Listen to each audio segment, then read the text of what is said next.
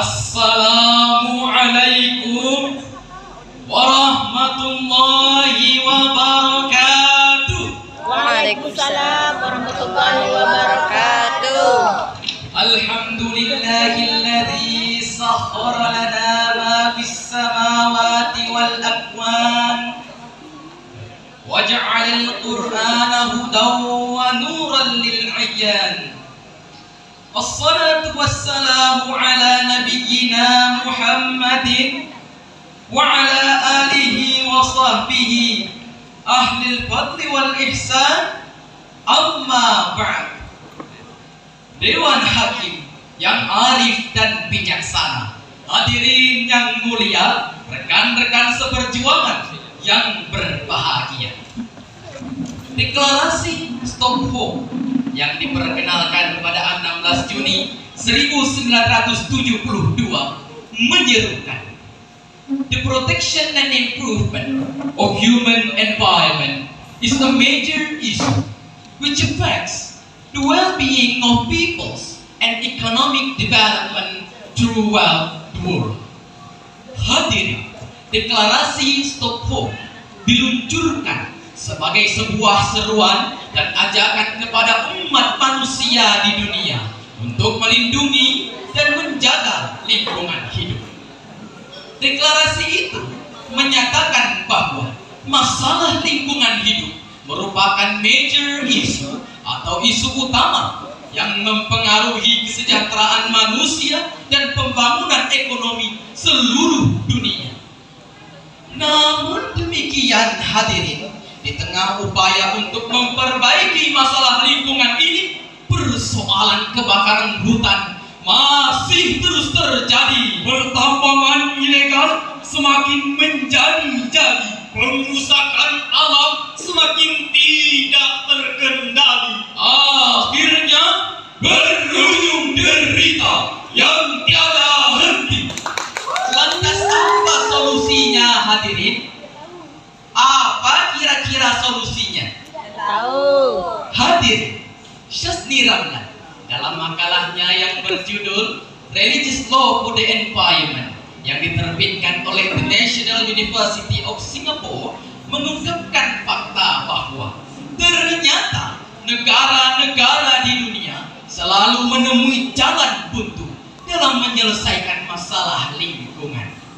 Karena itu, beliau menyarankan bahwa cara paling efektif dalam menyelesaikan masalah lingkungan ialah dengan pendekatan hukum agama, terutama hukum Islam.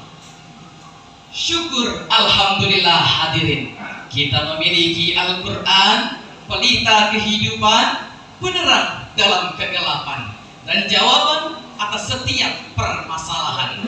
Karena itu, di panggung yang mulia ini, kami hadir untuk menampilkan satu syarahan Al-Quran dengan judul Merawat Lingkungan dengan Al-Quran.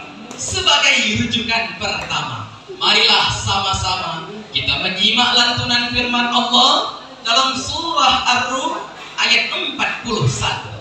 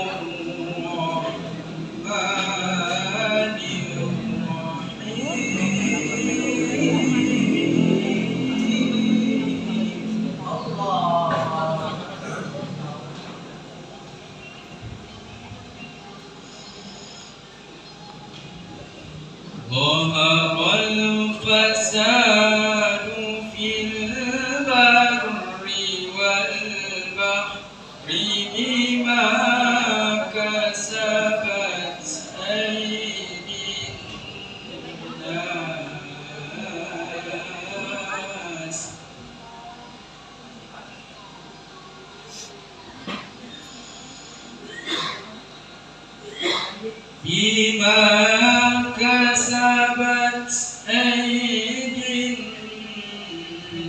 nasi liyudhiqahum بعض الذي عملوا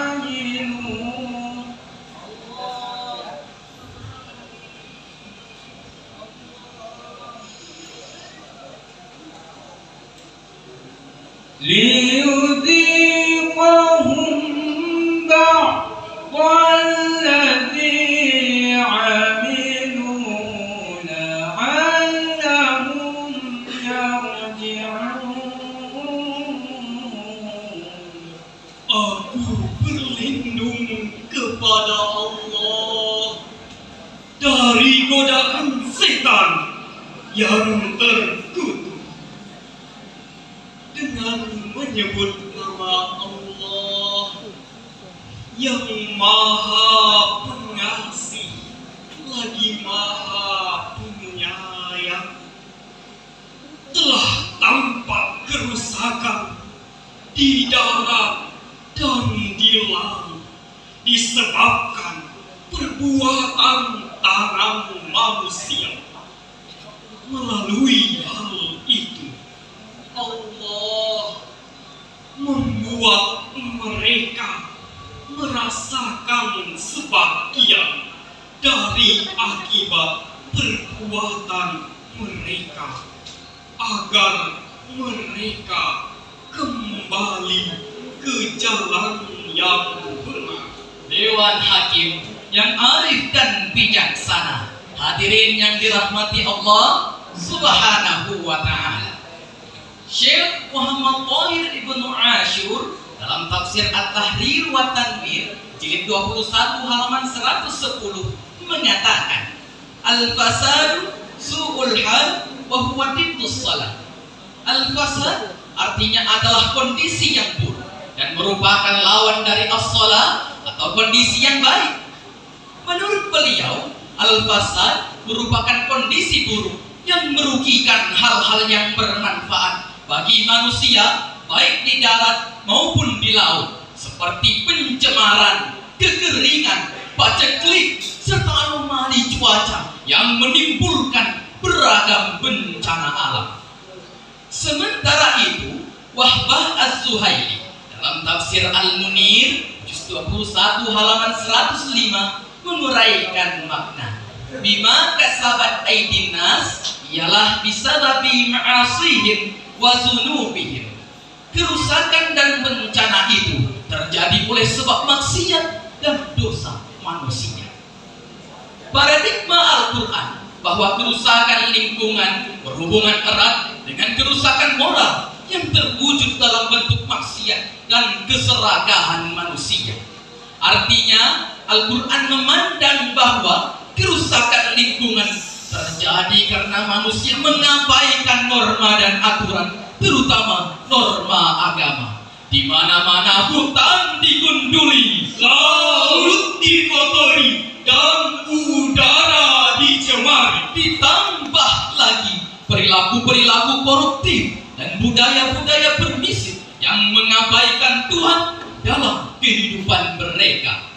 Akibatnya, beberapa peristiwa bencana alam sebagaimana dilansir Kompas ID 14 Juli 2025 terjadi dalam skala besar sepanjang 5 tahun terakhir, seperti kebakaran hebat di Los Angeles, Amerika Serikat, gelombang panas yang menyerang daratan Eropa, hingga banjir dan badai yang terjadi di Indonesia yang mengakibatkan kerusakan ekologis dan korban manusia.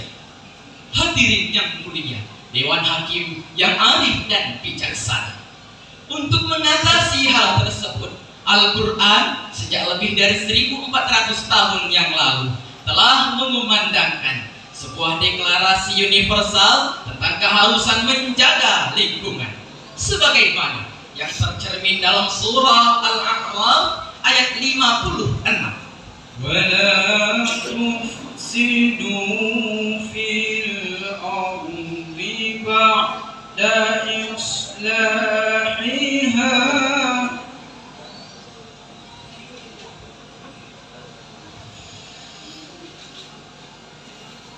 وَادْعُوهُ خَوْفًا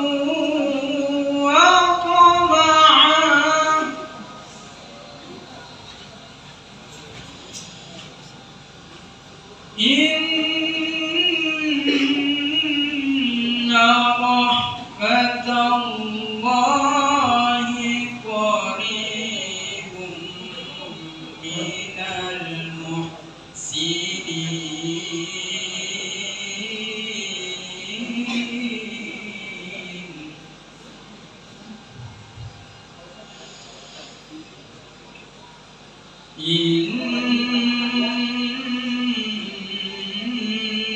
rahmatallahi qaribun minal muhsinin. Sadaqallahul azim. Janganlah kamu berbuat kerusakan di bumi setelah diatur dengan baik. Berdoalah kepadanya dengan rasa takut dan penuh harap. Sesungguhnya rahmat Allah sangat dekat dengan orang-orang yang berbuat baik. Maha benar Allah yang maha agung atas segala firman-Nya. Dewan Hakim yang arif dan bijaksana, hadirin rahimakumullah. Ayat tadi dimulai dengan sebuah larangan. Kaidah usul fiqh menyatakan an-nahyu 'ani syai' amrun bididdi. Larangan akan sesuatu berarti juga perintah terhadap kebalikannya. Ini berarti bahwa larangan untuk melakukan kerusakan atau al-fasad sama dengan perintah untuk melakukan perbaikan atau al-islah. Profesor Dr. Quraisy Shihab dalam tafsir Al-Misbah volume 5 halaman 123 menjelaskan bahwa Allah telah menciptakan alam raya dalam keadaan yang baik dan memerintahkan hamba-hambanya untuk memperbaikinya. Perintah ilahi ini menyiratkan bahwa formulasi untuk mengobati kerusakan lingkungan ini harus dilakukan dengan dua cara sekaligus, di mana pendekatan ilmiah harus dibarengi dengan pendekatan ilahiyah. Pendekatan natural harus diikuti dengan pendekatan spiritual, dan pendekatan ekologis harus disertai dengan pendekatan teologis. Atau perbaikan lingkungan model Al-Quran ini bukan saja dengan melakukan reboisasi atau penanaman hutan kembali, bukan saja dengan menyediakan regulasi atau aturan sebagai langkah antisipasi, namun juga harus dibarengi dengan pendekatan kepada Sang Ilahi sebagai pencipta dan pemilik langit dan bumi. Betul hadirin? Betul? Hadirin yang mulia, Dewan Hakim yang arif dan bijaksana, kita semua tentu sangat prihatin menyaksikan alam kita yang kian terluka dan tergores oleh tangan kita sendiri. Bumi yang dulu asri dan penuh kasih kini menampakkan wajahnya yang murka, seolah berbalik menuntut balas atas segala luka yang kita timbulkan. Bencana demi bencana datang silih berganti menjadi peringatan yang tiada henti. Astagfirullahaladzim. Semoga kita terhindar dari murka dan nestapa. Mari Bapak dan Ibu, mari saudara-saudariku, kita renungkan sejenak. Udara laut membentang telah dicemari pula, Hutan dan gunung menjulang telah dihancurkan juga. Ya Allah ya Tuhan kami, ampunilah dosa kami. Kembalikan diri kami ke jalan Engkau ridhoi. Mari bersama-sama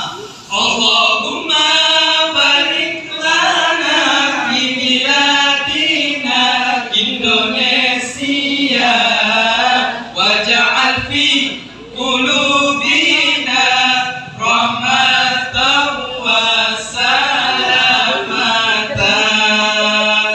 Untuk itu hadirin, sebagai umat Islam, sembari kita memohon ampun kepada Allah Sang Ilahi, mari kita melakukan rekonsiliasi menjadi agen-agen Islam yang sejati terhadap lingkungan bijak lestari, agar alam tetap berseri, burung-burung pun tidak sungkan menari, dan kita wariskan alam nan indah ini kepada anak cucu kita nanti. Setuju hadirin? Setuju Bapak dan Ibu?